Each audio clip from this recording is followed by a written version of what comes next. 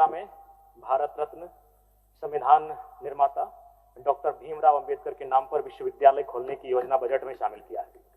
निसंदेह एक बहुत बड़ा कारगर और मील का पत्थर साबित होगा, लेकिन मेरे कुछ सवाल हैं कि वह कब तक पूरी होगी। सबसे बड़ा दिलचस्प देखना होगा मंत्री महोदय कि वो पूरी कब तक होगी। मैं ये बात इसलिए कह रहा हूं कि पिछले बजट भाषण में, जिसको मैंने, चूंकि आपके भाषण को बड़ी गंभीरता पूर्वक सुनता हूं, आपको सुनने के बाद लगता है कि सही में कोई एक लाइब्रेरी में बैठा हूं, तो मैंने सुना था उसमें आपने पृष्ठ 24 में कुल 10 विश्वविद्यालय खोलने का वर्णन किया था।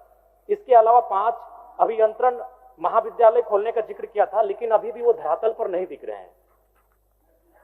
अगर बात करें तो इस राज्य में मैं आसन के माध्यम से उच्च तकनीकी शिक्षा मंत्री महोदय को भी कहना चाहूंगा कि 9 पॉलिटेक्निक भवन का निर्माण वर्षों पूर्व हो चुका है, लेकिन अभी तक पढ़ाई आरंभ नहीं हो चुकी। मैं उनका नाम बताना चाहूंगा: खूंटी, हजारीबाग, जामताड़ा, गोड्डा, पलामू, चतरा, बगोदर, लोहरदगा। इसमें क्या है कि अनुमानित 800 से 900 करोड़ की लागत से ये पॉलिटेक्निक कॉलेज बनकर तैयार हुए होंगे, लेकिन अभी वहां पढ़ाई शुरू नहीं होने के कारण मंत्री महोदय हमें लगता है कि उनका दीवार, खिड़कियां, दरवाजे और पंखे तक चोरी होने लगे हैं। तो सवाल ये है कि हम जब तक उसकी गुणवत्ता पे बात नहीं करेंगे, भवन बनाए जाते हैं, ठेकेदार टेंडर लेते हैं और कमीशन का तो खैर छुपा किसी से नहीं है, लेकिन उसकी सार्थकता तभी होगी जब उसमें वास्तव में बच्चे पढ़ने जाएंगे। तो आज मैं उन 9 जिन पॉलिटेक्निक संस्थानों का मैंने जिक्र किया है, मंत्री महोदय स्वयं एक बार उसका विजिट कर लेंगे। दूसरी बात, अगर खेलकूद, मैं सबसे पहले भारतीय क्रिकेट टीम को T20 वर्ल्ड कप जीतने के लिए बधाई देता हूं, और साथ ही साथ इस टीम में झारखंड से सैयद मुश्ताक अली ट्रॉफी को चैंपियन बनाने वाले ईशान किशन भी शामिल थे। और खेलकूद मैं इसलिए बात करना चाहता हूं क्योंकि मैं एक युवा हूं और मेरा मानना है कि खेल में अगर सरकार फोकस करे तो शायद हम युवाओं को एक अच्छा स्कोप दे सकते हैं।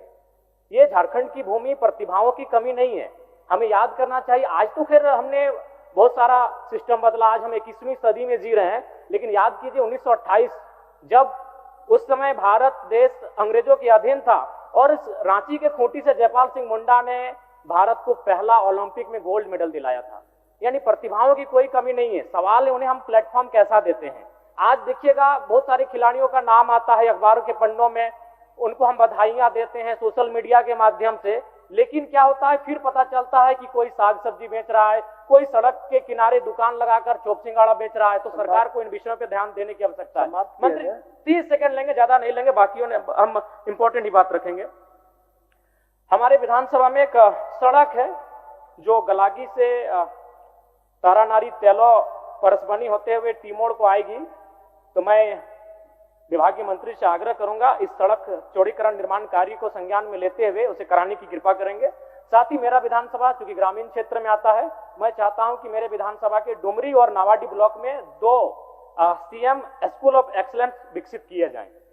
और साथ ही साथ एक सूचना एक आया था कि चूंकि बात अभी डीके सिंह है जो 3 यूनिवर्सिटी के वीसी हैं, तो हम लाख अच्छी बातें करें, अगर एक व्यक्ति अगर 3 विश्वविद्यालय के वीसी बन के रहेंगे तो फिर हमें नहीं लगता है कि शैक्षणिक व्यवस्था हमारी ठीक ठाक चलेगी। और आज क्या हुआ, यूजी और पीजी का जो मिड सेमेस्टर का एग्जाम था डीएसपीएमयू में, जिसमें वीसी नहीं होने के कारण कर्मचारियों ने शायद ताला बंद किया था, जिससे एग्जाम नहीं हो पाया। और ऐसे में क्या होगा कि सेशन पूरा लेट हो जाएगा।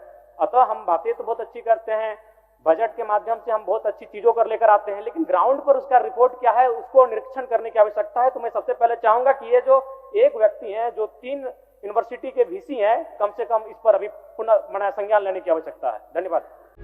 प्रभातखबर.com, विश्वास वही, रफ्तार नहीं।